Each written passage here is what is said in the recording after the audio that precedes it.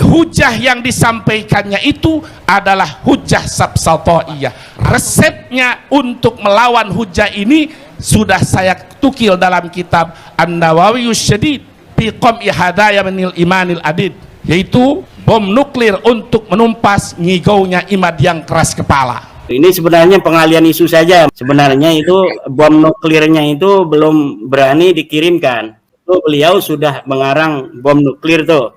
Bom nuklirnya sudah jadi dibakarkan itu di pondoknya, tapi belum berani dikirimkan ke saya. Walhasil saya sudah mencatat beberapa catatan mengenai apa yang dituliskan, yang disusun oleh Bapak Ustadz Qurtubi. Yang di sini saya itu menyimpulkan ada 7 poin dari apa yang saya baca dari kitabnya Bapak Ustadz Qurtubi Jailani. Beliau juga kalau beliau mengantarkan atau misalnya mengirimkan bahwa ini ada bantahan, ini yang membantah daripada tesis saya, ini jawaban-jawabannya. Nanti akan saya jawab dan saya akan kirimkan ke beliau gitu. Jadi nggak usah bikin narasi-narasi yang bermacam-macam. Sampai detik ini belum saya buka kitab itu. Kenapa? Karena belum berhadapan. Tapi bagaimanapun berhadapannya, maka insya Allah akan saya layani. Kepada saudara Imad, tunjukkan saja surat undangan kepada saya, kita berhadapan untuk mengadu hujah, baik itu hujah nakliyah maupun hujah akliyah. Bikin aja kitabnya, kalau sudah ada ya tolong dikirimkan agar kita bisa untuk menganalisa dari sisi apa ilmu nahunya, ilmu sorobnya, atau dari sisi apa yang paling penting itu adalah apakah apa yang dia tulis itu nanti akan bisa menjawab daripada apa-apa yang kita pertanyakan selama ini. Satu, tentang apakah ada dalil bahwa Ahmad bin Isa pernah hijrah ke Hadramaut? Apakah ada dalil yang mengatakan Ubaid sebagai anaknya Ahmad? Apakah ada dalil yang menyatakan bahwa Ubaid ini punya anak namanya Jadid? Logika yang disampaikan oleh Bapak Ustadz Qurtubi ini, "Lau kana ma qalahu hadha ta'in sidqan wa haqqan lakana Syekh An-Nasaba As-Sayyid Mahdi Rajai muhakkik," bukan tahqiq nih ya, saya luruskan ini, muhakkik asy-syajarah al-mubarakah ghairu musbitin lisihhati ansabis sadah al-alawiyah lakinnahu asbata isbataha. Ini dari mukaddimahnya saja salah ini. Dengan tujuan bagaimana adab-adab di dalam ilmu bahas dan munadharah, tepati syarat-syarat ilmu munadharah dan ilmu mubahasahnya. Jangan sampai menantang 3 hari 3 malam, tapi datang pada waktunya, datang apa kabur. Makanya banyak umat yang memberi lakob al-kaburi. Nggak salah. Kemudian yang ketiga, bahwa Ki Imad itu disifati dengan al-kaburi. Itulah framing tadi yang saya katakan, hanya framing saja tanpa ada dalil. Adapun secara epistemologis nanti, misalnya tentang apa-apa yang telah diangkat oleh para pembela Ba'alawi di Rabita itu seperti Suhra dan Istifadah, itu bisa juga kita masuk di dalam perdebatan itu, karena itu perdebatan ilmiah yang epistemologis, yang jawaban-jawabannya sudah ada di kitab-kitab fikih para ulama. Kita tinggal membaca, kemudian kita bisa menganalisa dan menghipotesa, kemudian mengambil kesimpulan. Dalil dibalas dengan perkataan orang. Ya gitu doang itu. Aduh, coba bawa data gitu ta. Bukti, ini bukti. Ada sebuah data bahwa Abdullah ini anaknya Ahmad bin Isa. Ada bukti, ada data tentang kehijrahannya Ahmad bin Isa dari Irak ke Hadramut. Kan gitu seharusnya. Bukan kayak gini. Oh, ini disahkan oleh fulan. Itu nggak berfaedah apa-apa. Assalamualaikum warahmatullahi wabarakatuh. Alhamdulillah, dengan rahmat Allah kita dapat bertemu lagi di channel ini. Tanpa berpanjang lebar, langsung saja kita simak dulu. Assalamualaikum warahmatullahi wabarakatuh. Salam sejahtera untuk kita semua. Salam sejahtera untuk seluruh saudara-saudaraku sebangsa dan setanah air dimanapun Anda berada. Para pemirsa yang berbahagia, kembali lagi bersama dengan saya Abdul Aziz Jazuli di channel ini. Pada kesempatan yang berbahagia ini, saya akan mengulas satu kitab ya yang disusun oleh Bapak Ustadz Qurtubi Jailani yang berjudul Ihya'ul Mauta fi Ahli Baitil Mustafa wal Mawaddati fil Qurba bi Syekh Ahmad Qurtubi Jailani Al-Bantani Al-Qadiri Al-Ash'ari Asy-Syafi'i. Menghidupkan orang-orang yang mati, ya, terjemahnya ya. Tentang Ahlu Bait Nabi Muhammad SAW dan juga mawaddah atau cinta kepada kurba. Lalu kemudian yang dimaksud dengan kurba itu apakah habaib gitu ya? Nah, ini yang jadi soal, yang jadi pertanyaan ini. Walhasil saya sudah mencatat beberapa catatan mengenai apa yang dituliskan, yang disusun oleh Bapak Ustadz Qurtubi. Yang di sini saya itu menyimpulkan ada 7 poin dari apa yang saya baca dari kitabnya Bapak Ustadz Qurtubi Jailani. Yang pertama itu adalah mengenai taklid kepada ulama sebelumnya ya. Dan tentu ketika berbicara mengenai taklid, maka kita itu berbicara mengenai usul fikih gitu kan. Jadi untuk taklid itu apa sebenarnya ya. Dan saya bacakan dari kitab ini Al-Usul At-Talattu fil Usul ila Ta'arruf. Kitabnya ringkas-ringkas saja lah. Nggak perlu kitab-kitab yang gede-gede seperti Al-Bahrul Muhit ataupun yang lainnya lah. Cukup pakai kitab-kitab yang tipis-tipis, kitab yang kecil-kecil. Nah, taklid itu apa? Jadi at-taklidu wa huwa akhdhu qaulil ghair min ghairi ma'rifati dalilihi, yaitu mengambil ucapan orang lain tanpa mengetahui dalilnya, yaitu taklid. Artinya ketika yang disampaikan oleh Bapak Ustadz Qurtubi dalam kitab yang disusun ini, yang dikatakan sebagai sebuah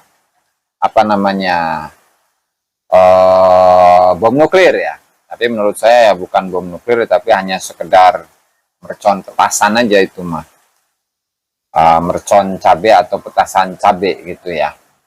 Jadi itu poin yang pertama, bahwa taklid hanya atau kitab tersebut hanya berisi tentang taklid kepada para ulama-ulama sebelumnya tanpa mengetahui dalil, tanpa mengetahui argumentasi yang digunakan oleh para ulama-ulama tersebut.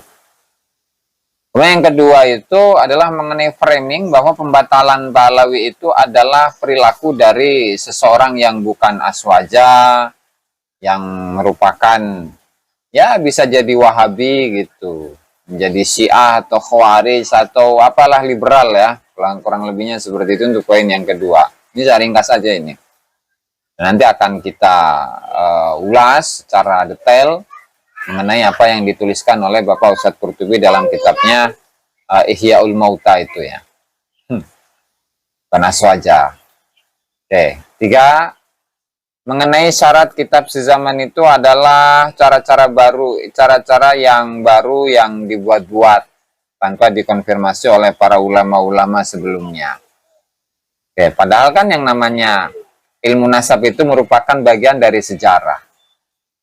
Ketika tidak ada data, ya maka itu tidak bisa dikatakan sebagai sejarah.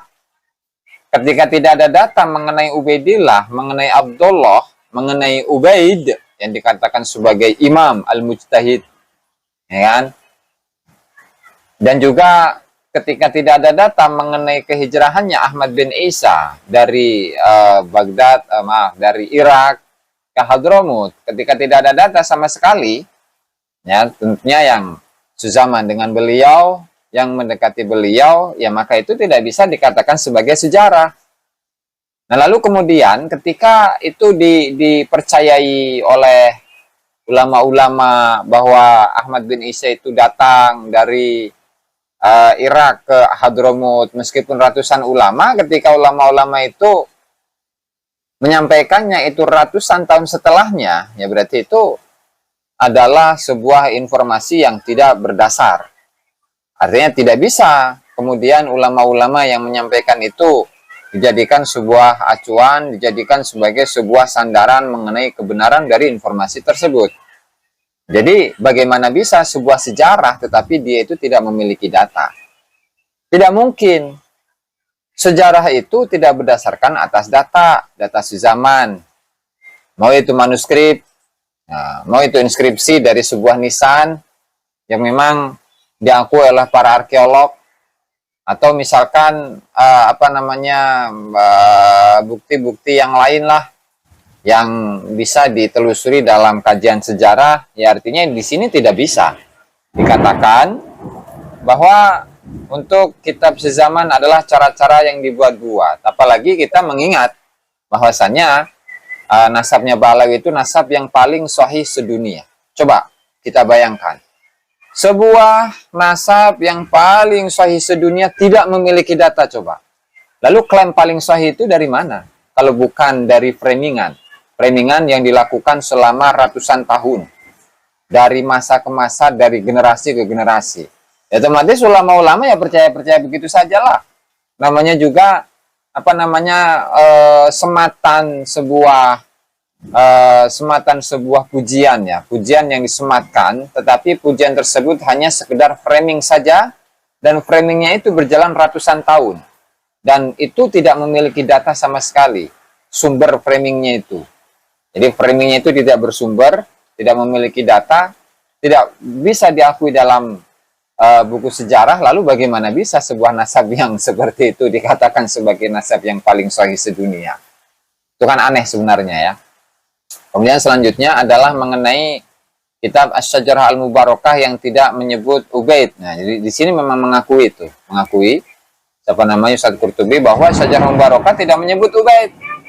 Tidak menyebut Ubaidillah, tidak menyebut Abdullah. Tetapi sebaliknya orang yang mentahqiq kitab Asy-Syajarah Al-Mubarakah yaitu Syekh Said Mahdi Ar-Raja itu mengisbat nasabnya. Ya sebenarnya ini ya nggak apple to apple gitu. Kenapa? Karena yang dilihat itu adalah bagaimana Mahdi Rajai itu bisa mampu untuk mendatangkan argumentasi, mampu untuk mendatangkan data yang menunjukkan bahwa benar Ubaidillah ini adalah tokoh yang ada. Kemudian kehijrahan dari Ahmad bin Isa itu bisa dibuktikan. Dari Irak ke mana? Ke Hadramut itu bisa dibuktikan. Nah, tetapi pada kenyataannya Mahdi Raja itu tidak membawa itu. Sehingga meskipun ada ratusan ulama, ratusan ahli nasab yang mengakui akan nasabnya Balawi itu ya percuma. Kemudian mengenai usul fikih yang nanti akan kita ulas ya. Mungkin di sini rada panjang ini, mohon disiapkan kopinya. Oke, yang mengenai kaidah khusus itu. Ketika ketika sebuah teks atau dalil yang khusus kemudian yang khusus yang kemudian dia ditaksis lagi dengan dalil yang lain. Nanti kita lihat bagaimana apakah kaidah fikih tersebut, kaidah usul fikih tersebut itu bisa diaplikasikan kepada nasabnya Balawi, atau jangan-jangan penulis dari kitab Ihyaul Mauta ini tidak memahami kaidah itu dan salah dalam memberikan contoh untuk kaidah tersebut. Mari kita lihat ya. Kemudian yang berikutnya itu adalah klaim mengenai bahwa Ubaidillah itu disebut oleh Al-Ubaidili, Mus'ab Az-Zubairi dan seterusnya. Dan tentu itu acuannya kepada satu kitab yang sangat diragukan ini, yaitu kitab Raudul Jalil, dan ini bisa dikatakan sebagai sebuah kitab yang palsu yang nanti kita akan uraikan ya. Kemudian yang poin yang ketujuh dari saya ini itu mengenai satu kaidah al-musbat atau al-musbit muqaddamun 'alan nafi atau al-isbat muqaddam 'alan nafi. Itu apakah ini bisa diaplikasikan dalam nasabnya Balawi atau tidak? Nah, mari kita simak bersama-sama. Dan pada kesimpulannya adalah di sini dalam kitabnya Bapak Ustadz Qurtubi itu menyebutkan 20 poin sebenarnya. Banyak itu, banyak. 20 poin dari apa yang dikatakan sebagai sebuah petasan bom nuklir yang kemudian digadang-gadang bisa merobohkan, meruntuhkan tesis dari Kiai Haji Imaduddin Usman Al-Bantani ya, dalam berbagai macam tulisan atau dalam berbagai macam karya-karya yang ditulis oleh Kiai Haji Imaduddin Usman Al-Bantani dalam kitab-kitab beliau atau buku-buku beliau mengenai nasab Ba'lawi ya. Oke. Jadi dalam pasal yang ini, pasal yang ke-6 mengenai penolakan atas kesesatan-kesesatan. Ngeri. Rod membantah kesesatan-kesesatan Imaduddin bin Sarman At-Ta'in. Ngeri. Oke, yang pertama poinnya ini mungkin saya bacakan satu persatu tanpa saya tampilkan teksnya, tapi saya terjemahkan ke dalam bahasa Indonesia saja. Bahwa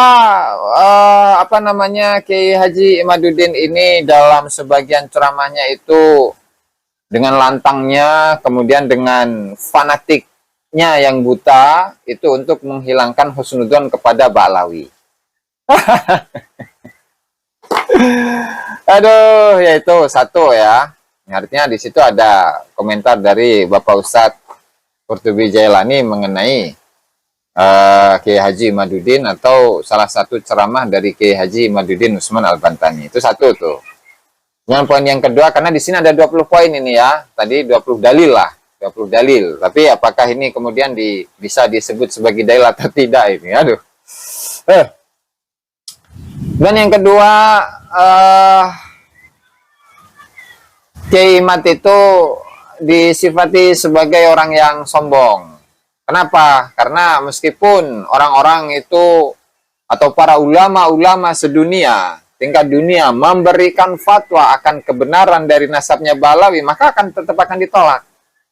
Dan tentu hal ini sudah diklarifikasi oleh Kiai Haji Imaduddin, artinya ketika mereka itu menyatakan bahwa nasab Ba'lawi adalah nasab yang paling sahih, nasab yang sahih, nasab yang sabit tetapi tidak membawa dalil, ya maka percuma. Meskipun mereka jumlahnya ada puluhan, ratusan, ribuan, ratusan ribu, bahkan jutaan sekalipun, ketika mereka mengesahkan nasabnya Ba'lawi tanpa ada dalil, tanpa ada bukti akan kesejarahan dari Ubaidillah dan kesejarahan dari kehijrahannya Ahmad bin Isa dari Irak ke Hadramut, maka percuma, akan ditolak. Dan itu sudah diklarifikasi oleh Kiai Haji Imaduddin Usman Al-Bantani. Kedua tuh. Kemudian yang ketiga, bahwa Kiai Imad itu disifati dengan Al-Kaburi. Ya, itulah framing tadi yang saya katakan. Hanya framing saja, tanpa ada dalil. Aduh, masalah. Yang keempat, di mana Kiai Imad itu mengharamkan untuk mencium tangan Habib-Habib Ba'lawi. Gitu. Nah, kemudian di situ ada jawabannya gitu kan. Oke, itu dalil yang ke berapa ini? Keempat. Kemudian yang kelima, Kiai Imad itu mengharamkan perempuan-perempuan Indonesia itu dinikahi oleh laki-laki dari Habib-Habib itu. Itu dalil kelima ya. Aduh, masalah. Yang keenam, Kiai Imad itu mengharamkan memberi gelar kepada para Habib itu dengan gelar Sayyid, Syarif, atau Habib, ya kan?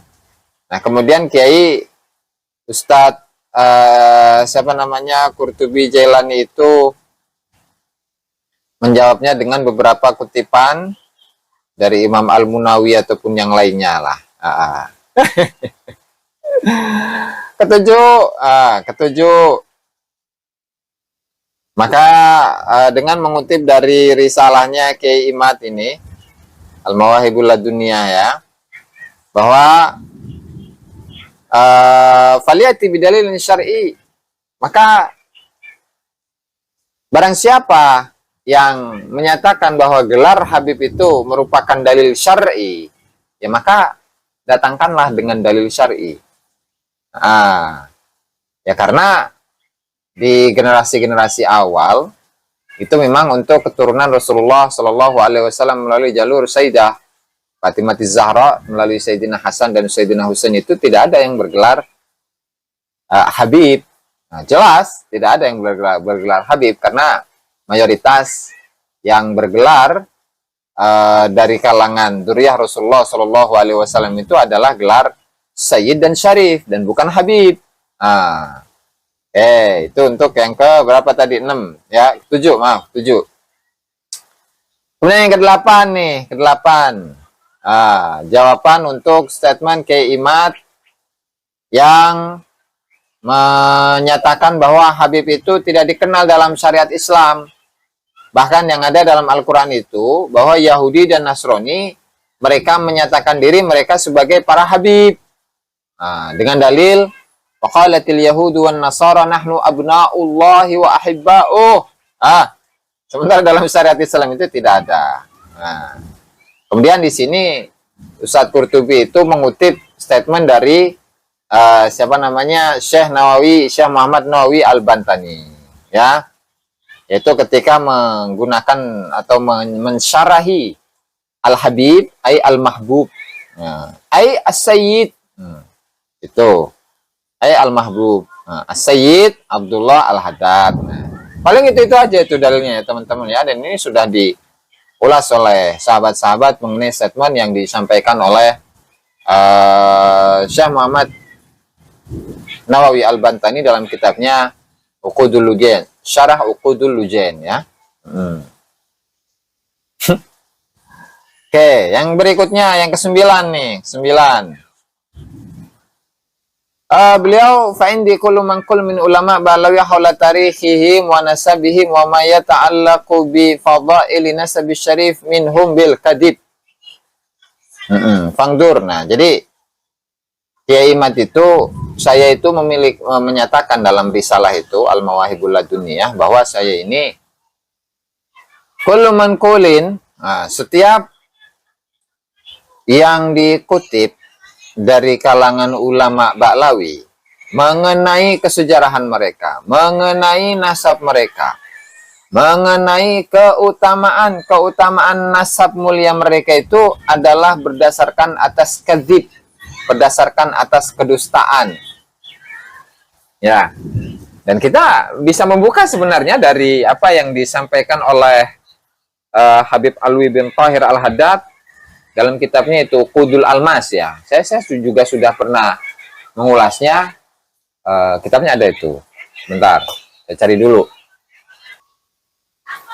Misalnya dari ini ya, kitab Qudul Almas karya dari Habib Ali bin Thahir Al-Haddad ya, bahwa di sini menjelaskan atau seringkali mengutip dari satu hal yang ketika ditelusuri itu memang tidak ada kebenarannya, tidak ada datanya. Nah, sehingga mungkin itu salah satu yang menjadi dasarnya Kiai Haji Maduddin Usman Al-Bantani, bahwa setiap kali dari kalangan sejarawan-sejarawan Ba'lawi yang membicarakan tentang sejarah, membicarakan tentang nasab mereka atau kemuliaan dan keutamaan mereka itu berdasarkan atas kedustaan. Itu bisa dicek lah, misalnya seperti di sini juga. Masa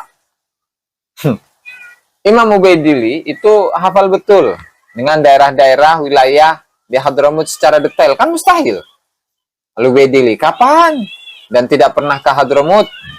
Sementara dalam kitab ini menjelaskan secara detail mengenai kehijrahan Ahmad bin Isa dari Irak ke Hadramut, pindah dari satu tempat ke tempat lain, nama desanya lengkap, tahunnya lengkap, dan seterusnya. Itu satu hal yang mustahil ya. Jadi itu bisa sudah terjawab sebenarnya. Oke, lanjut. Yang ke-10. Nah, katanya syairun wahid qalahu fulan asyair akramu wa anfa'u li ummatil Islam min mau'izati sab'ina habiban. Katanya satu syair yang dikatakan oleh seorang syair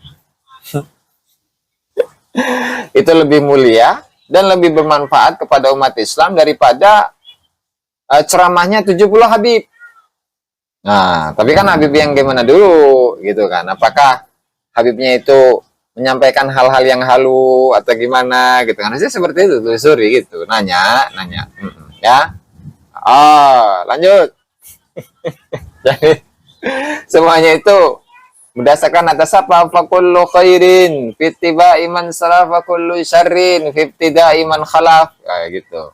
Setiap kebaikan itu adalah mengikuti para ulama-ulama salaf, dan setiap keburukan itu adalah dari perlakuan bid'ahnya orang-orang yang ada di belakang hari.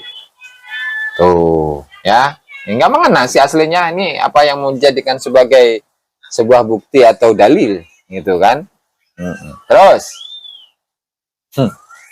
kemudian yang ke-10, saya tidak, ini statement dari Kiai Imad yang kemudian dikritisi ya oleh Ustadz Qurtubi Jailani. Saya tidak menemukan, kata Kiai Imad, dalil wajib untuk mencintai dzurriyyah Rasul Shallallahu Alaihi Wasallam yang ada sekarang ini, baik itu mereka adalah orang-orang yang soleh atau orang-orang yang fasik. Jadi kalau dan di sini dijelaskan itu bahwa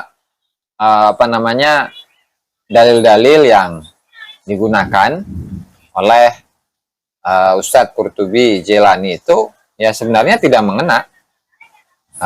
Ya, tidak mengena. Coba kita lihat nih ya, misalkan kutipan dari siapa ini? Ibnu Abbas, ya. Kutipan dari Imam Ibnu Jarir At-Tabari di kitabnya Jami'ul Bayan fi Tawilil Quran. Coba di sini ada atau enggak? Ya, enggak ada di sini juga, enggak ada. Enggak.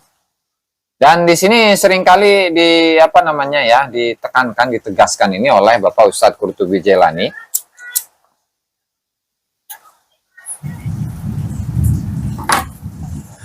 Bahwa nasab alawi itu ya sahih, gitu.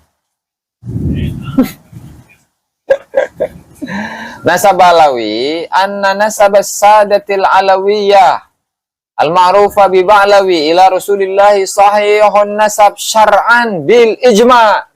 Ngeri. Inda ahli sunnati wal jamaah. Wa yuqalu lahu inda nasabah an-nasabu thabit wan nasabu sahih wa huwa a'la maratibil ansabil arba' inda nasabah. Nasab paling sahih tapi nggak punya data. Gimana? Coba teman-teman, sahabat-sahabat ya. Rancu nggak itu? Rancu lah, masa nggak rancu. Oke. Nah kemudian dalilnya juga itu adalah tidak ada seorang ulama ahli sunnah wal jamaah yang membatalkan nasabnya Balawi, baik itu dari kalangan al-mutaqaddimin wal mutaakhirin. Paling itu aja dalilnya. Misalkan seperti Wahabi gitu kan, Murad Syukri, Muqbil bin Hadi Al-Wada'i, terus Ali Tantawi, dan juga yang lainnya yang mereka itu bukanlah dari kalangan Ahlus Sunnah wal Jamaah, ya. Ya padahal kembali lagi bahwa dunia Islam ini atau keilmuan Islam ini tidak melihat apakah seorang ulamanya itu adalah ulama dari Ahlus Sunnah wal Jamaah atau tidak. Enggak. Ya, enggak. Ya, misalkan seperti kitab Al-Mahsul itu yang merupakan ringkasan dari 4 kitab. Ya, kitab Al-Mahsul fi Ushul Fiqh karya dari Fakhruddin Ar-Razi yang merupakan ringkasan dari 4 kitab. 2 kitab. Yang pertama itu dari kalangan Aswaja, Ahlus Sunnah wal Jamaah, yaitu Al-Burhan fi Ushul Fiqh dan Al-Mustasfa karya dari Al-Burhan itu karya Imam Haramain, Al-Mustasfa karangan dari Imam Hujjatul Islam Al-Ghazali. Kemudian yang selanjutnya Al-Umad wal Mu'tamad itu adalah dari kalangan Mu'tazilah, ya, dari kalangan Mu'tazilah. Syekh Abdul Jabbar itu ya. Kemudian siapa, Abul Husain Al-Mu'tazili, saya rada lupa itu. Ya artinya di situ Fakhruddin Ar-Razi saja itu menyusun kitabnya itu dari kalangan Mu'tazilah loh. Yang menjadi sebuah karya tulis, sebuah kitab yang menjadi rujukan dari para ahli usul fikih sedunia, ya. Padahal acuannya itu yang 2 dari kalangan Aswaja, yang 2-nya lagi itu dari kalangan Mu'tazilah. Kok dipakai sehingga ini nggak sinkron, ini nggak sesuai ini, ya. Nggak sinkron. Tuh. Itu ya. Kemudian yang ke-12. Ke-12 itu ketika mengutip dari Murad Syukri Suwaidan atau Abdul Harith Al-Falastini. Murad Syukri Suwaidan ya, itu oke, ya artinya disifati dengan inilah, dengan orang yang Wahabi gitulah ya. Sebenarnya itu nggak ngefek. Karena yang dilihat ada dalilnya. Jadi bukan taklid buta seperti tadi itu. Ahdu qaulil ghair bila dalil. Ya. Dan itulah yang dilakukan oleh Bapak Ustadz Qurtubi dalam bukunya ini. Dalam kitabnya ini. Kitab yang dikatakan sebagai kitab bom nuklir ya. Kita lanjut. Nah, yang ke-13. Nasab Alawi dari sisi riwayat adalah nasab yang munqati, terputus. Dan dari sisi ilmu nasab yang tertolak. Oke, dan di situ mengambil kesimpulannya itu dari Murad Syukri, Muqbil Al-Wadai dan lainnya. Kemudian ya gitu doang. Terus yang ke-14, bahasanya Abdullah itu bukanlah anak Ahmad bin Isa, ini mengutip dari Kiai Mat ya. Yang sezaman atau yang mendekati zamannya. Dan juga karena teks yang sharih. Ini perlu diperpanjang ini. Karena ada teks yang sharih, yang qati, yang pasti dari seorang ahli nasab yaitu Fakhruddin Ar-Razi di awal kurun ke-7. Ahmad tidak memiliki keturunan kecuali 3. Muhammad, Ali, dan Husain. Dan setelahnya itu berarti dakhil, susupan, da'i, orang yang mengaku-ngaku laya sih, itu tidak sah.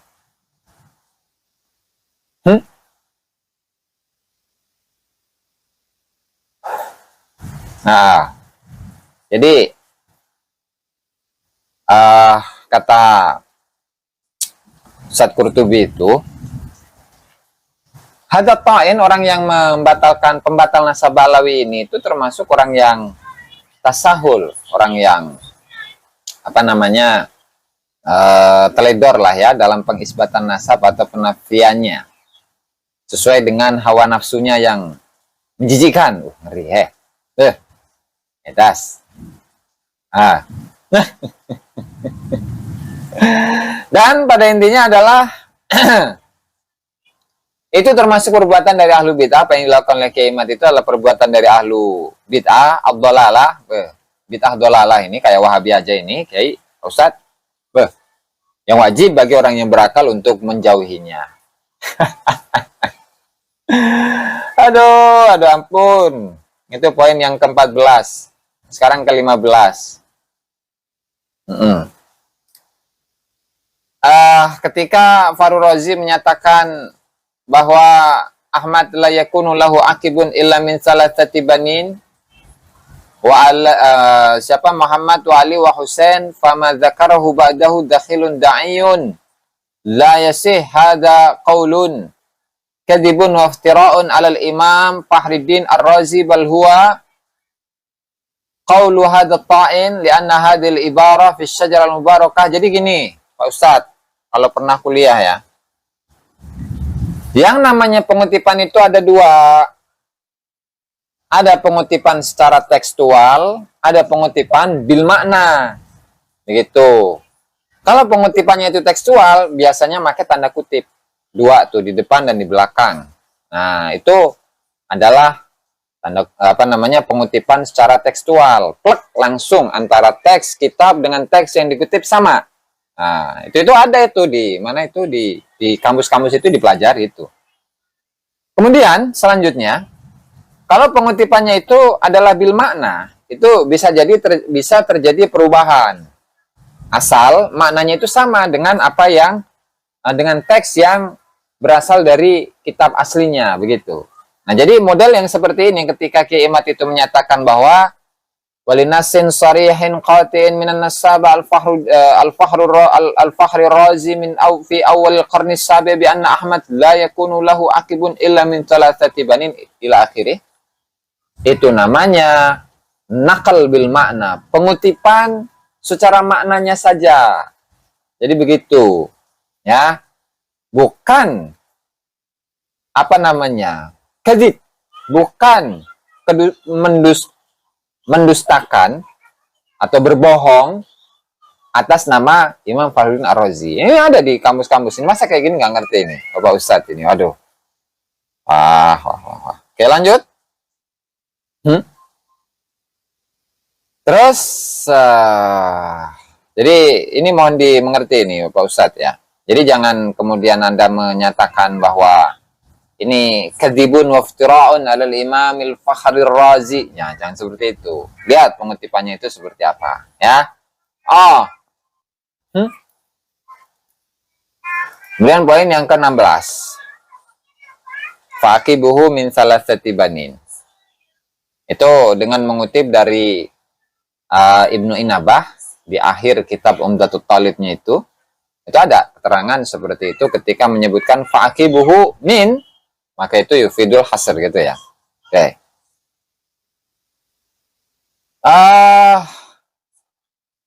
Cuman logikanya seperti ini. Logika yang disampaikan oleh Bapak Ustadz Qurtubi ini. Lau kana maqalahu hadha ta'in sidqan wa haqqan lakana syekh an-nasaba as-sayyid Mahdi Rajai. Muhakkik, bukan tahqiq nih ya. Saya luruskan ini. Muhakkik asy-syajarah al-mubarakah ghairu musbitin lisihhati ansabis sadah al-alawiyah. Lakinnahu asbata isbataha. Nah, ini dari mukaddimahnya saja salah ini. Maksudnya gini, seandainya jika apa yang disampaikan oleh Kiai Imad ini benar, dan benar apa yang dikutipnya itu dari Ibnu Inabah dalam kitab Umdatul Talib di akhir-akhirnya itu, maka Mahdi Rajai itu pentahqiq kitab Syajarah Al-Mubarakah, dia tidak akan mengisbat keabsahan dari nasabnya Ba'alawi. Tetapi dia itu mengisbat keabsahannya. Jadi tidak seperti itu dasarnya. Jadi dari muqaddimah awalnya aja salah, muqaddimah ulanya saja itu salah itu. Ya, salah. Ya, jadi mengaitkan kebenaran ya dan kejujuran kepada perilaku seseorang, orang lain, kepada perilaku dari Mahdi Ar-Rajai kan nggak seperti itu. Nggak seperti itu. Jadi dari muqaddimahnya saja salah sehingga natijahnya itu pun akan salah kalau dalam ilmu mantik itu ya.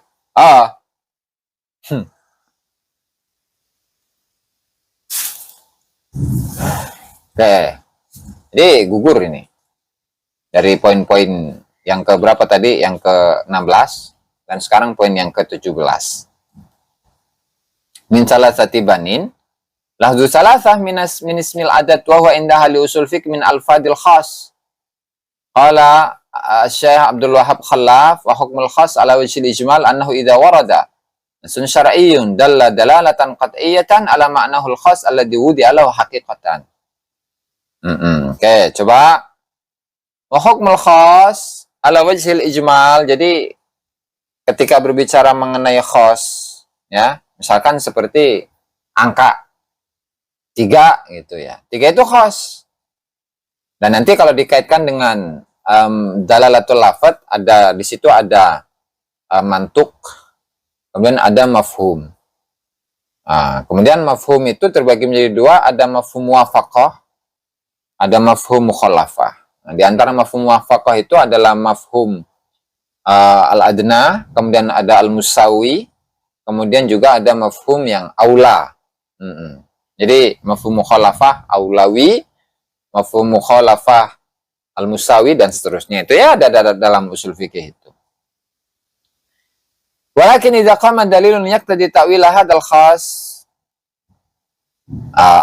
ay iradata ma'nan akhar minhu yahtamilu ala maqtadahu ad-dalil wa misalu hadha ma qaddamna fi ta'wil ulama al-Hanafiyah asy-syah fil hadits as-sabiq ma ya'ummu asy-syah wa qimataha wa ta'wilaha as-sa' min tamrin aw sya'irin fi sadaqatil fitri mimma ya'ummu as-sa' wa qimatahu wa ta'wiluhum as-sa' min tamrin fi haditsil musarrah bima yashmuluhu ila akhirih ya.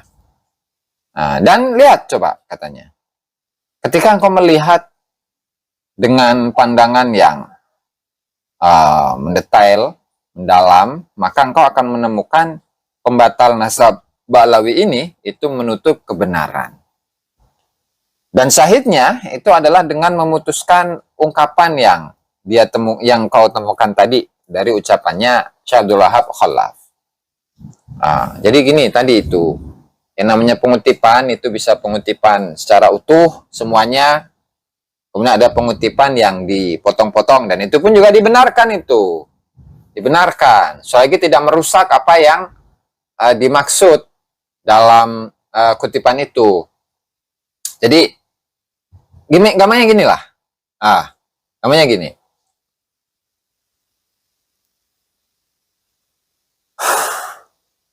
Tiga itu adalah salah satu dari kata khusus, lafadz yang khos, lafadz yang khusus. Dan itu memiliki mafhum. Misal, ada seseorang yang menyatakan saya punya anak 3. Ya, maka itu mafhum mukhalafahnya berarti dia itu tidak memiliki anak selain 3 itu. Sehingga kata atau lafadz 3 itu adalah kalimat atau lafadz yang khos. Lafadz yang khos. Apa salahnya ketika Kiai Imad itu menyatakan bahwa salasah angka 3 itu adalah lafadz yang khos. Salahnya apa di situ? Aduh, coba dipahami. Ahmad bin Isa memiliki anak 3. Lafadz khos. Dan mafhum mukhalafahnya berarti tidak memiliki anak lain. Kalau punya anak lain, buktikan. Kan gitu. Tidak hanya cukup dengan percaya ulama anu menyebutkan bahwa Abdullah itu anaknya Ahmad bin Isa, nggak seperti itulah. Gimana sih? Ya. Tuh, untuk poin yang tadi. Kemudian yang ke-12, ke-18 ini. Ya, 18. Oke. Ini coba nih, kritisnya apa sih ini? Ini sama kayak pengulangan ini. Jadi, mengutip dari Fakhrur Razi, itu sarrah wa hasar an-nabna Ahmad al-Muqtibin min Salasah, Muhammad wa Ali wal Husain wa la yuzkar Abdullah. Atau wa la yuzkuru Abdullah ibnan li Ahmad an-Nassabun wa la yuzkuru Abdullah ibnan li Ahmad an-Nassabun fi kutubihim qabla al-jannati. Ya, ini apa salahnya? Itu namanya pengutipan bil makna. Dan ini sudah diulang ini ya. Terus itu aja diperpanjang ini Pak Ustadz. Ampun. Terus mengulang-ulangi lagi bahwa pentahqiq kitab Syajarah Al-Mubarakah itu mengisbatkan nasabnya Ba'lawi. Itu doang. Nggak ada yang baru itu. Nggak ada yang baru. Kemudian yang ke-19 ini sebelum terakhir nih ya. Bahwa statement Kiai Imad bahwa nasab Ba'lawi itu tidak dikenal dalam kitab-kitab nasab dari abad ke-5 sampai abad ke-9. Ya. Maka komentar dari Ustadz Qurtubi ini, lihatlah katanya, wahai orang yang berakal, kepada yang diucapkan oleh pembatal nasab ini, yang dia mengutip isi dari kitab Al-Ifadah fi adillati subutin nasab wa nafihi bisyuhra wal istifadah wa kitab usul waqaid fi kashf mudda'i syaraf. Itu mengatakan. Nah, jadi dalil dibalas dengan perkataan orang. Dalil dibalas dengan perkataan orang. Ya gitu doang itu. Aduh, coba bawa data gitu ta. Bukti, ini bukti. Ada sebuah data bahwa Abdullah ini anaknya Ahmad bin Isa. Ada bukti, ada data tentang kehijrahannya Ahmad bin Isa dari Irak ke Hadramut. Kan gitu seharusnya. Bukan kayak gini. Oh, ini disahkan oleh fulan. Itu nggak berfaedah apa-apa sebenarnya mah. Ya, lanjut.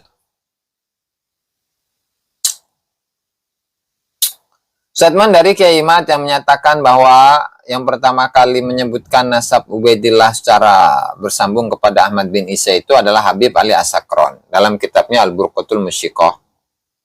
Kemudian diikuti oleh para penulis-penulis. Berikutnya yang diantaranya itu Ibnu Hajar Al-Haytami. Ya. Terus di situ mengutip, bukan Ali As-Sakron yang pertama, tapi Al-Ubaidili yang ada pada abad ke-5. Ini datanya dari mana? Kemudian ada Bahauddin Al-Janadi, ada Al-Khazraji, siapa Az-Zabidi. Kemudian ada Lahdal, kemudian ada Abdurrahman Muhammad Al-Khatib. Dan seterusnya. Ya kan kata Kiai Imad juga secara formal. Meskipun sebelumnya sudah ada penyebutannya. Tapi secara formal, kemudian juga dari sisi apa? Uraian secara detail bagaimana nama dari Ubaid itu bisa berubah menjadi Abdullah. Nah, itu kan dijelaskan oleh Kiai Imad itu dalam bukunya. Ya, jadi gimana ya? Oke. Itu poin yang ke-20 ini ya. Ke-19. Poin yang ke-20. Nah, kemudian di sini menguraikannya dengan uraian yang panjang lebar. Ada 21 ternyata. Ada 21 ya. 21. Nah, poin yang ke-21.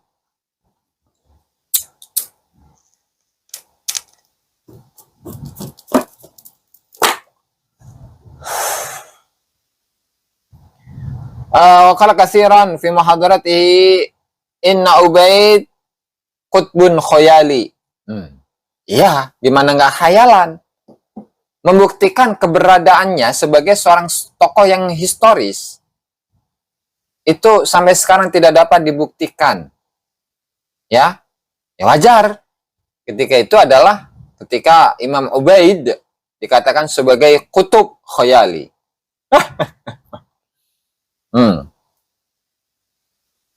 Terus, nah di sini kemudian mengutip beberapa statement-statement ya dari Syekh Syaraf Al-Ubaidili. Nah, coba saya akan membacakan langsung dari pentahqiq kitab Ar-Raudul Jali yang di sini menyebut siapa namanya Al-Imam Al-Ubaidili, Syekh Syaraf Al-Ubaidili. Silahkan Anda lihat di cetakan yang ini, Darul Fatah ya, halaman 45 ya, 45. Di sana disebutkan ibaratun yuqta'u bistihalati suduriha minaz zabidi. Ada ungkapan-ungkapan yang dipastikan mustahil munculnya ungkapan itu dari Imam Az-Zabidi, Muhammad Murtada Az-Zabidi. Contoh, ya. Al-ibaratul mansubah ila Syekh Syaraf Al-Ubaidili allati yadhkuru fiha hijratal muhajir. Statement mengenai kehijrahan Al-Muhajir dari Irak ke Hadramut, itu mustahil munculnya dari Al-Ubaidili. Kemudian, hijrahnya itu dari Madinah ke Basrah. Dan yang benar itu adalah sebaliknya. Versi ini. Wa annaha waqa'at fil ashri tsani min al-qarni tsalits wa shawab ar-rabi'. Nah ini, banyak kan kesalahan-kesalahan ini. Selanjutnya, wa anal muhajir kharaja ma'a waladihi ila al-masyriq wa shawab annaha intaha januba ittajaha januban. Nah, salah lagi itu. Kemudian, thumma dzakara asma' al-biqa' al-hadramiyah bit-tafsil alladhi la yumkinu illa an yasdura an 'arifin bitilkal jihad. Kemudian beliau ini Al-Ubaidili itu menyebutkan beberapa nama-nama tempat, nama-nama daerah yang ada di Hadramut secara detail yang tidak mungkin muncul kecuali dari orang yang mengerti, mengetahui tentang daerah-daerah itu. Sementara walhal annal Ubaidili lam yazurha wa lam ya'rifha. Ubaidili tidak pernah mengunjungi Hadramut, tidak pernah mengetahui Hadramut. Kullu dzalika mudda'atun litawaqquf fi qabulil ibarah. Semuanya itu mengacu kepada tawakuf, berhenti, ya, diam untuk menerima ibarat tersebut. Nah, artinya ini ibarat palsu. Ibarat palsu dari mana? Informasi dari Al-Ubaidili, sementara Al-Ubaidili tidak pernah ke sana. Ya kan? Kemudian dalam menyebut angka tahun itu pun salah, dari perpindahan dari satu daerah ke daerah yang lain itu pun salah. Jadi ibaratnya ginilah, nyangkoknya kurang keren gitu. Nyangkoknya kurang keren dari Al-Ubaidili itu. Dan ini bisa dipastikan bahwa Ar-Raudul Jali itu adalah sebuah kitab nasab yang palsu yang disandarkan, dinisbatkan kepada Imam Muhammad Murtada Az-Zabidi rahimahullahu taala. Begitu, Saudara. Masih banyak sebenarnya.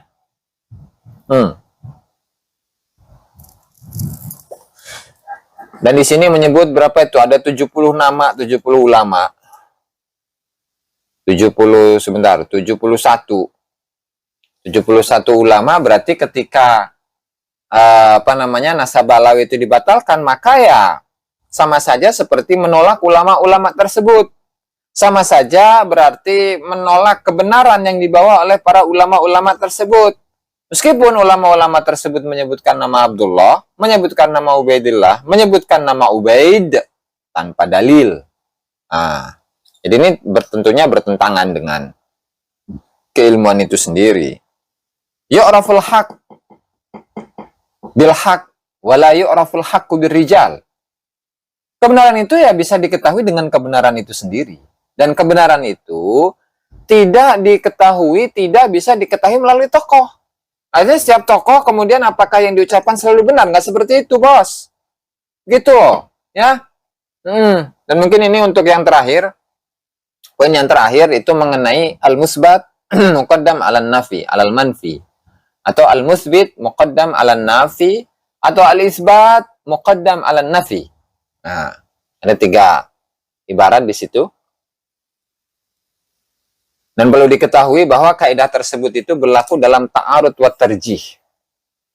Itu bisa dibuka di kitab-kitab usul fikih ya. Saya maka yang kecil-kecil saja inilah. Kitab Talatuf fil Usul ila Ta'arruf yang merupakan karya dari siapa namanya? Jadi lupa itu. Ibnu Alan As-Siddiqi yang mensyarahi kitab Riyadhus Shalihin itu ya. Yang matanya itu bernama At-Ta'arruf fil Aslain wa Tasawuf, itu adalah karya dari Al-Imam Syihabuddin Ibnu Hajar Al-Haytami rahimahullahu taala. Nah, di sini di halaman 93. Di sini. Sebelum memahami al-musbat muqaddam 'alan nafi atau al-itsbat muqaddam 'alan nafi, kita harus pahami terlebih dahulu apa itu ta'arud, at-ta'adul wa tarajih. Dan kapan dua dalil, 2 argumen itu bisa dikatakan sebagai 2 dalil yang bertentangan, yang kontradiktif. Al-babus salis fi ta'adul wa tarajih. Itu bab yang ketiga mengenai ta'adul, kesetaraan, wa tarajih, dan mengunggulkan, pengunggulan. Lamma kanat adillatul fiqhi dhanniyah tatarraqa ilaiha at-ta'arud. Tatkala dalil-dalil dari fikih itu bersifat dzan, maka di situ terdapat kemungkinan adanya ta'arud. Nah, dari sisi pemanaannya saja, at-ta'arud wa tarajih itu terjadi ketika 2 hal ini berada pada posisi sama-sama kuat. Artinya yang pertama itu dalilnya sahih, yang kedua itu sama sahih. Kemudian yang pertama itu misalnya Hasan, yang kedua itu dalilnya Hasan juga. Nah, tapi tidak bisa dikatakan ta'arud ya ketika salah satu dalilnya itu kuat sementara satunya itu lemah. Misalnya kita aplikasikan dalam kasusnya nasab Balawi ini. Ubaidillah ini sebagai anaknya Ahmad bin Isa. Ahmad bin Isa ya itu memiliki 3 anak. Muhammad, Ali, Husain.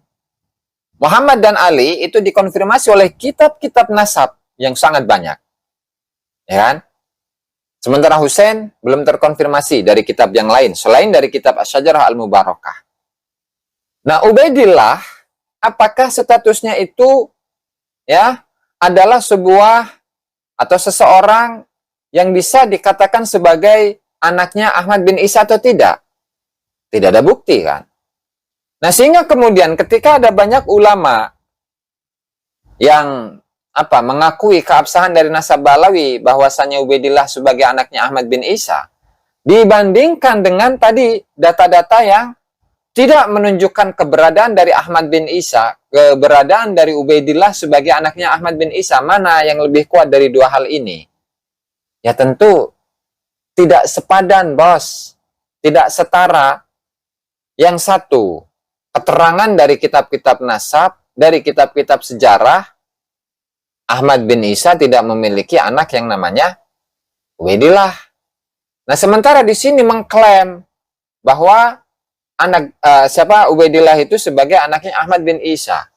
Sehingga ketika ada kaidah al-isbat muqaddam ala nafi untuk melegitimasi kebenaran dari Ubaidillah sebagai anaknya Ahmad bin Isa, apakah bisa atau tidak? Ya nggak bisa, tidak setara, bos. Ini tidak melalui data sama sekali, yang Ubaidillah itu tidak memiliki data sama sekali, sementara 3 anak itu diperkuat dengan data-data. Sehingga kaidah al-musbat muqaddam ala nafi itu tidak bisa dipakai dalam kondisi at-ta'adul wa tarajih. Ini kalau Anda baca kitab usul fikih ya. Kecuali kalau Anda tidak membaca kitab usul fikih ya, itu hal lain. Dan memang dalam ta'adul wa tarajih ini itu menyebutkan salah satu kaidah yang tadi, al-musbat muqaddam ala nafi wa yurajjahul musbitu ala nafi 5 marrah. Nah, di sini halaman 96. Tapi posisinya kapan? Posisinya adalah ketika ada 2 dalil yang sama-sama kuat. Yang posisinya itu sama, yang satu menunjukkan kepada isbat, yang satu menunjukkan kepada nafi. Sementara untuk nasabnya Ba'lawi saja, data mana dari data yang sezaman, dari kalangan ulama-ulama nasab sebelum abad ke-9 Hijriah, yang menunjukkan, yang menetapkan bahwa Ubaidillah ini adalah anaknya Ahmad bin Isa. Ini dari kajian usul fikih loh. Ini dari kajian usul fikih. Jangan-jangan tidak paham lagi dengan kaidah at-ta'adul wa tarajih, sehingga dengan mudah menggunakan kaidah tersebut, al-musbat ala nafi, al-musbat muqaddam alal manfi. Nggak bisa seperti itu, Pak. Ya, nggak bisa seperti itu. Kaidahnya itu digunakan kapan? Hal ini sama dengan permasalahan mengenai ziyadatus thiqah kalau dalam ilmu hadis itu, ilmu mustalah hadis. Apakah penambahan riwayat, penambahan teks misalkan, redaksi hadis dari seorang yang thiqah itu bisa diterima atau tidak? Nah, para ulama hadis itu tidak memberikan hukum yang pasti. Artinya diterima secara mutlak atau ditolak secara mutlak. Enggak seperti itu. Tetapi apa? Melihat korinah yang ada. Melihat indikator-indikator apakah penambahan tersebut itu ya diakui oleh para rawi-rawi yang lain. Kemudian apakah ada potensi kesalahan yang dilakukan oleh orang yang thiqah tadi itu. Nah, ini hal yang sama begitu. Dan memang seringkali disampaikan itu oleh teman-teman ya, mengenai bahwa tidak ditemukannya sebuah nasab itu bukan berarti tidak ada. Betul, di sini pun menyatakan seperti itu. Muqaddimatul Ilmil Ansab ya, di halaman 62 atau 72 itu. Adamul wijdan la ya'nil adam. Tidak ditemukan bukan berarti tidak ada. Tapi ingat, walakinnahum ishtaratu litsubut al-amal bil qara'in wa i'timadar ruqa allati ladaihim ma'asyhur. Ada 3 hal nih catatannya ini. Syaratnya ada 3 ketika ingin menetapkan bahwasanya Ubaidillah ini adalah anaknya Ahmad bin Isa. Al-amal bil qara'in, apakah ada qarinah-qarinah, penguat-penguat semasanya, sezamannya, catatan keluarganya ataupun yang lain ada atau tidak? I'timadar ruqa, catatan-catatan ya yang dimiliki oleh mereka. Kemudian syuhrahnya saat itu di abad ke-4 Hijriah, apakah sudah ada syuhrah dari Imam Ubaidillah ini atau tidak? Ataukah syuhrahnya itu adalah syuhrah yang baru? Nah, itu ternyata semuanya tidak memenuhi kriteria yang ada. Sehingga dari sini kita bisa menyimpulkan bahwa apa yang disampaikan oleh Bapak Ustadz Qurtubi Jailani dalam kitabnya Ihya'ul Mauta itu sama sekali tidak menggoyahkan tesis Kiai Haji Imaduddin Usman Al-Bantani, apalagi merobohkan. Goyang saja tidak, apalagi roboh, apalagi hancur. Sehingga sangat tidak pantas, sangat tidak layak jika tulisan dari Bapak Ustadz Qurtubi Jailani itu disebut sebagai bom nuklir. Bom nuklir dari mana? Sementara di sini tidak ada data-data yang baru, tidak ada data-data yang menunjukkan akan ketokohan Ubaidillah sebagai seorang tokoh yang historis, tidak ada. Nah, dan sejarah mengatakan jika tidak ada data, jangan katakan bahwa itu ada.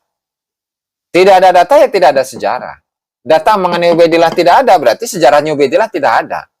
Lalu bagaimana sejarah yang diangkat oleh Ali As-Sakron secara mendetail tentang biografinya Ubaidillah dan seterusnya, yaitu kisah fiksi yang tidak berdasarkan kepada dalil apapun. Apalagi di sana pun juga mengklaim bahwa nasabnya Balawi itu adalah nasab yang sudah disepakati oleh para ulama, sudah diijma oleh para ulama. Ijma yang mana? Ijma yang apa? Dilakukan oleh siapa? Nah, barangkali itu saja ini yang dapat saya sampaikan dalam kesempatan kali ini. Wallahul muwaffiq ila aqwamit thoriq. Wassalamualaikum warahmatullahi wabarakatuh.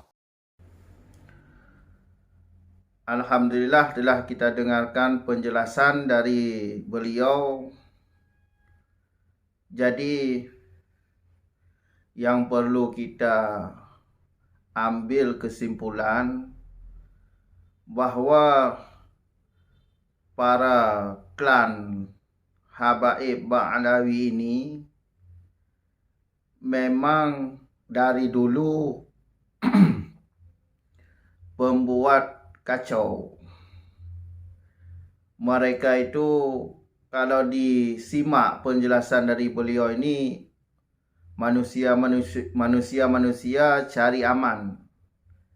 Kalau di mana pihak yang kuat, maka di situ ada mereka. Jadi mereka itu mengambil manfaat lah, bisa dibilang mengambil manfaat, cari aman, mengaku-ngaku keturunan Nabi, padahal gen Yahudi. Jadi secara DNA ya mereka ini gen Yahudi. DNA itu tidak ada masalah kalau dalam soal nasab ini. Tapi bukan urusan menisbat nasab. Bukan mengisbat nasab. Karena sudah jelas tu. NU sudah berfatwa pada tahun 2004 bahwa kalau untuk membatalkan nasab tidak ada masalah. Dan DNA, ilmu DNA ini perlu sangat dibutuhkan untuk melacak siapa mereka ini. Karena mudah sekali orang-orang mengaku-ngaku keturunan Nabi kalau tidak ada bukti. Mudah sekali. Harus ada bukti kalau mengaku keturunan Nabi, harus ada bukti. Bukti secara ilmu nasab, sejarah, dan ilmu DNA untuk melacak siapa. Jadi dengan ada DNA ini, mereka itu terbukti bukan keturunan Nabi. Karena untuk menjadi keturunan Nabi, ya pertama harus lewat syarat-syaratnya dulu. Ya DNA-nya DNA Arab. Karena Nabi kan orang Arab. Bukan orang Yaman, orang Arab. Jadi sangat licik mereka ini. Ya banyak orang-orang kita tu ketipu karena sorban dan jubah. Kelihatan alim ulama padahal bukan. Contoh Ketua RA Taufik Assegaf. Dia mengaku sendiri tidak pernah mondok. Hukum makruh aja salah menyebutkan dia. Definisi hukum makruh salah. Kan ada video yang beredar. Jadi mereka ini tak pernah mondok seperti kita. Mondoknya mondok sekedar aja. Habis itu dakwah. Jadi dipromosi di atas mimbar-mimbar. Pakai sorban, jubah, jadi kelihatan alim. Itulah kita manusia yang awam, ketipu dengan pakaian, tertipu dengan jubah. Tertipu dengan jubah. Fanatik buta. Janganlah fanatik buta, cari pengetahuan. Mereka itu arogan. Pakai kekerasan. Buktinya sudah ada. Jangan ditanya lagi. Banyak jejak-jejak digital mereka itu. Cukup sekian dulu. Sampai jumpa di video selanjutnya. Akhir kata, Assalamualaikum warahmatullahi wabarakatuh.